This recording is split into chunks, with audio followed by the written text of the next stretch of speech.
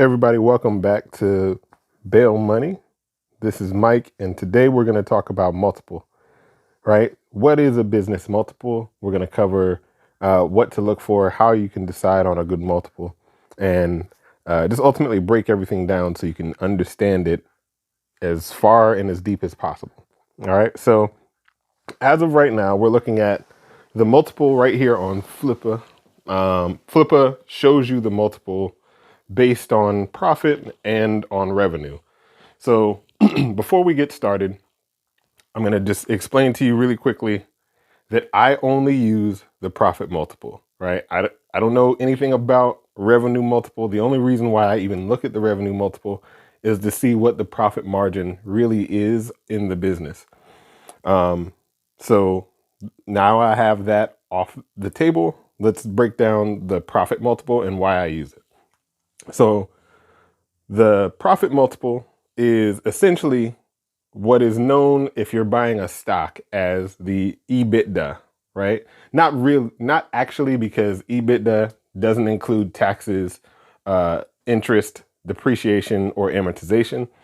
With the profit multiple, it takes all of that and doesn't consider it. So profit multiple is what is the net profit, right? And then how you come to your multiple is by looking at the net profit over a full year, and then whatever the multiple is for your niche or for your market is going to be based on the niche. So for example, if you're in the health niche, you're going to look at the multiple amongst all businesses in that sector that are for sale and kind of calculate that down.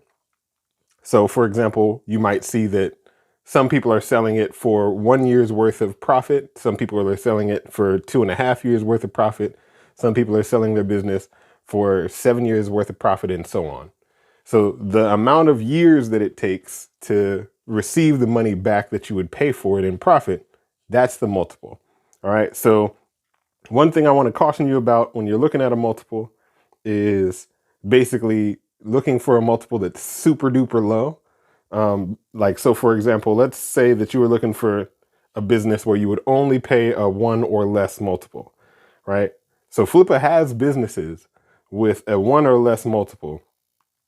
What I want to caution you about is not to say don't look at it, but just be very, very wise and very, very careful. Because, for example, let's say that you look at this business. I haven't done this ahead of time, but let's say that you look at this business right here and you're like, hey, great, this is a 1 multiple. I'll get all my money back within a year, right? That's awesome, right? That means that within that second year, you're in 100% profit. You've paid off all your debt. If you pay it, every dollar of your income from this business back to pay off your debt, if you have debt. So here's the thing, right? This business, let's take a look here. So it says that it's making bits of money here and there, and it's all over the place in terms of profit. Some of it is, some months are $1,700, some months are $900, some months are $300, right? So you don't really know what you're going to get every month, but the roundabout average says that it is going to give you about $800 every month, right? What I always do is I look at a 1 month, right? What did they make last month, right? I look at a 3 month, right? And then I calculate what this would be if you divided it by the months. So last month, in the 1 month, right, they made $458 per month. When you go to the 3 month, it goes up to 827. When you go to the 6 months, it goes to 859. And when you go to a year, it goes down to 790. So overall, what I would say is if you buy this business based on what they're saying they're willing to sell it for, which is roughly $6,000, then you might actually make your money back. But here's a red flag. The red flag right here is, how did you have this unverified income, right? Because it's unverified, and you can tell because there is no emblem, right? There's no logo for Google or wherever they're making their money from on this. And then you come down to Stripe, which is verified income, right? So what you see right here is that this comes directly from Stripe. They can't edit this at all. And for the past, since September, they have made $0 in revenue, not profit, not sales, revenue. So what that means is they aren't making sales anymore through Stripe. They may have gone to a different payment processor. So I'm not saying that this is a bad business, but you won't know until you dig deeper, right? The goal of what we're doing now is to find businesses that look good so that when we dig deeper, we can be looking for like, where's the gotcha? You don't want to get a business that looks bad and then try to turn it around, because then what's the point? Why would you buy a business that makes 0 sales, right? Another thing we want to look at is, excuse me, how many orders have they had, right? What's the average order value? Refund rate is high, right? 60% refund rate, meaning like if I sell 10 of these, 6 of these are coming back. Only 4 of your customers stay with you after they've given you money. 4 of the customers don't ask back, right? So that's a big, big, big red flag. So what I would say is this. What is the average order value? It's $260, 37. So what's 260 times 37? Let's just round it up to 40. That's about $10,000, right? Of sales, if you round up the 40 sales and $250 of sale, which sounds amazing, right? If it's in a very short window, but it's not. This is over at least a 6-month period. WooCommerce also can't be edited by the seller. And you see they haven't made any sales there either. They had 36 and they had almost 70% refunds, right? So what does this really tell you? This tells you that while this business might actually be getting traffic, which you can see right here, right? They get great traffic. There's quite a bit of it that's actually organic traffic. So that's another good thing. You wouldn't want to buy this necessarily, because if your goal is to build a business long term, you know that 70%, 60 to 70% of the people are going to be returning the items that they buy. So how would you come in and change that? Unless you absolutely understand this market, unless you could buy something from this business, feel the texture, feel the quality, and then find out what's causing these refunds, there's no reason to buy this business. Just from where I stand, not telling anybody who knows what they're doing to not do it. Just from where I stand, this would not make sense. One of the things that I do like about this business is that they have a decent amount of traffic, but here's the thing. If everything else is considered, right, they've got a very, very low bounce rate, but they've got almost no time on the page. So that kind of is another red flag, right? Ultimately, with this business, this is what I would consider almost like if you were buying stocks, I would consider this almost to be a dividend trap, right? Because the goal is to show you a really, really low multiple, get you excited about the business, and then you make an offer and then buy something from them that essentially makes you be in a losing situation. So now that we covered that, and the funny thing is I didn't look at that ahead of time. I just stumbled upon the perfect example just by kind of trying to show you what the deal is when it comes to the lower multiple businesses. So that doesn't mean that there's never anything good for a low multiple. As a matter of fact, the last business I bought was a gaming site, and it was a fairly low multiple, but it wasn't a 1. It was a little bit over a 1, like a 1.5. You can still find good deals, but you just have to be very, very cognizant. You got to do your research. You got to stay focused, right? All right. So now here's another thing. Let's look at the businesses with super duper high multiples. A lot of these businesses are going to be great businesses, but you have to actually kind of think about to yourself, what makes this business so great? Because sometimes there's going to be someone who's going to tell you, hey, this business makes well, let's see if I can find something. A lot of times these businesses, though, will have something that's kind of a bad mark against it, if you will, right? So let's see. You know what? Let's just go with, we're going to go with this one and check this out. I don't know that this is a bad one or a good one. One of the bad things I have noticed with a lot of the businesses that do have a higher multiple, in case this one is a great business, a lot of times you'll see people who are selling a brand that is that person, right? So I don't remember the name of the business, but a couple months back, there was a business for sale that was literally named after an influencer. And the influencer wanted to sell the business to someone else to carry over, but you can't change, you couldn't change the name to the business, right? It would be different if they had a thing in there where they're like, you can change the name. They specifically asked for you not to change the name. So if you agreed to not change the name, you have to not change the name, right? They're most likely going to ask you to sign something saying you're not going to change the name. So now let's look at OBD Planet and take a look at what this business is. This one has a higher multiple, which means, okay, so for example, this business makes $700 a month, roughly, right? 7 times 12 is about 8,400, right? So 8,400, and we have 8,400. Let's go ahead and do this math real quick. So 8,400 divided by 24,400, right? So that means that you'll get this money, you'll get your money back roughly within a 3.5 year period, right? So that's not a terrible multiple. That's actually decent. It's, you know, depending on what this whole entire site is about, what the market is. It's an automotive content site. So what I would say, because this is in a niche that's fairly common to see that's for sale, you might think about looking at this business as something that you would add to a portfolio of sites about the automotive niche, maybe bundle them all together and make it like one super site. But what I want to look at is not just that. Let's look at the traffic, right? So if you look at the page views on here, they have about 8,000 page views a month.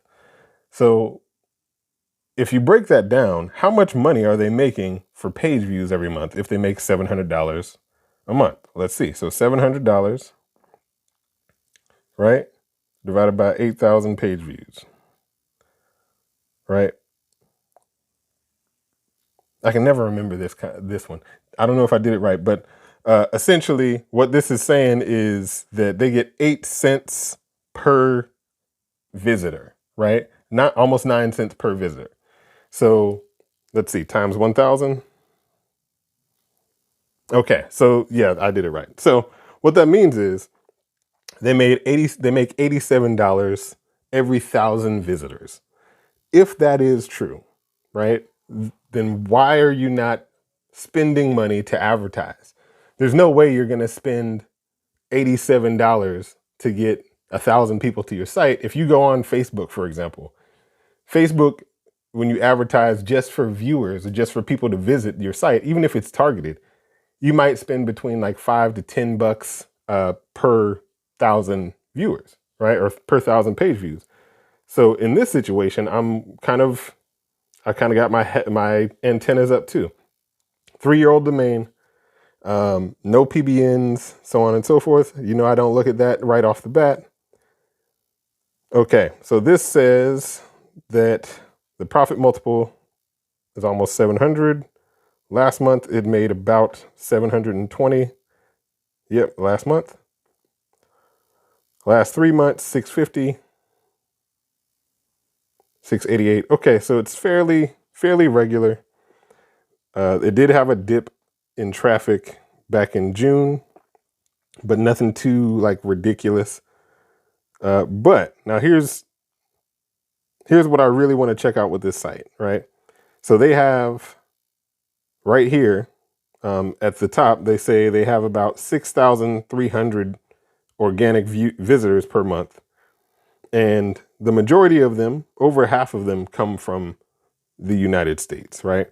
So with this business, what immediately goes off in my head is, number one, what are they making the majority of their money on, right?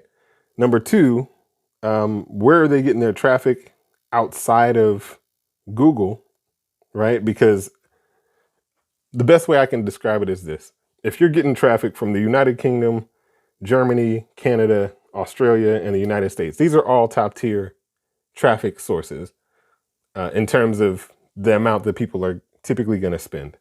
But you want to know exactly how much you can count on not getting, like, for example, if Google has a index update, right? If they have an update, you could have your site be immediately down by like 20%, 30%, 50%, even sometimes to the point where your site is absolutely dead. And if you're only getting your traffic from Google, that could be an issue, right? Whereas if you have the traffic spread out amongst a lot of different search engines, then Google might do an update, but none of the other ones do. And next thing you know, you're like, oh man, I took a 5% hit, but it's not that bad. All right. So now let's take a look and see. Okay, so great. So they have proof of their earnings from AdSense, from, I guess that's AdSense as well right here. Okay, so let's just take a look at the income statement. That's going to be the easiest way to, basically get proof that the income is real. Let's see.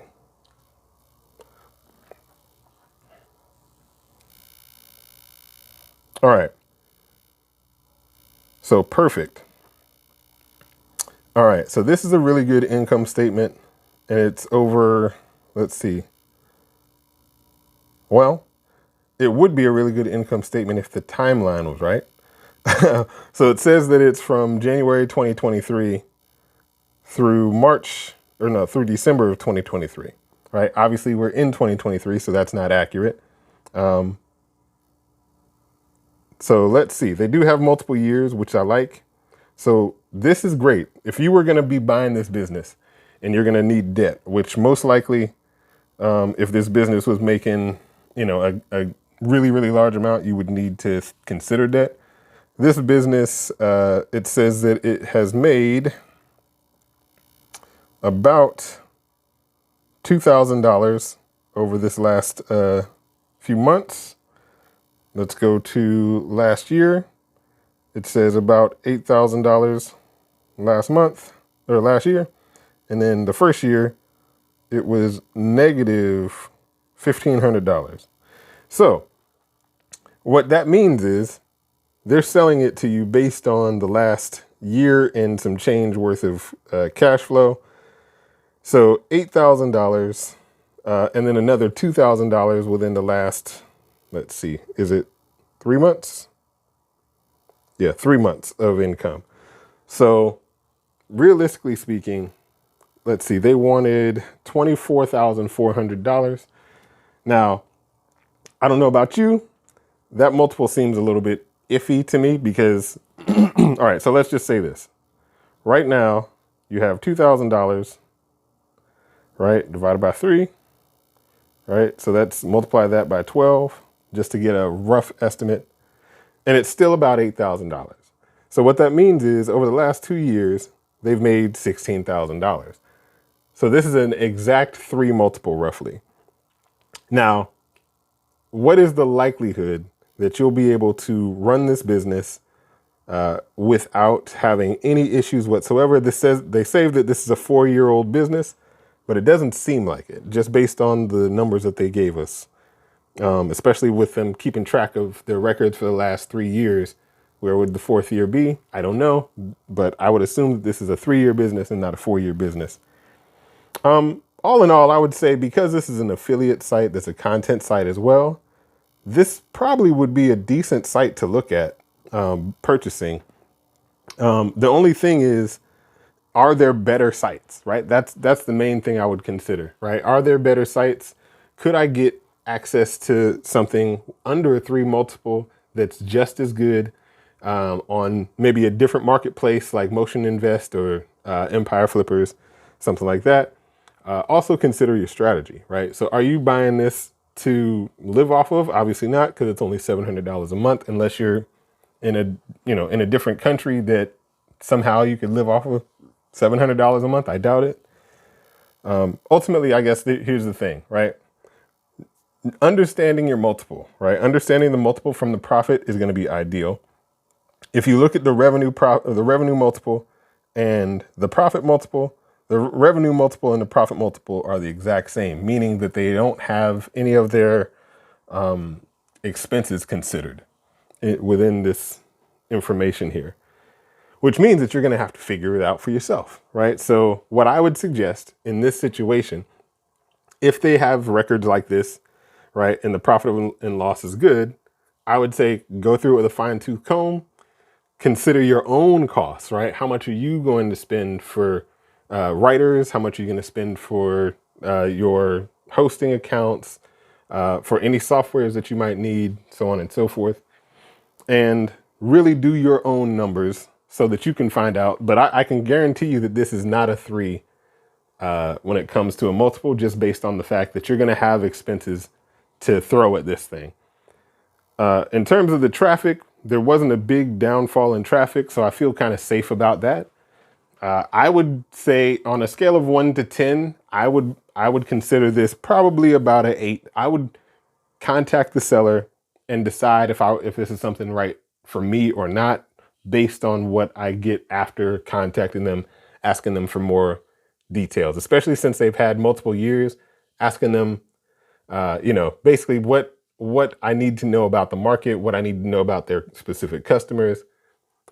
Ultimately, what have they tried and succeeded at? What have they tried and failed at? A lot of people who are selling their assets like this are going to be open about it.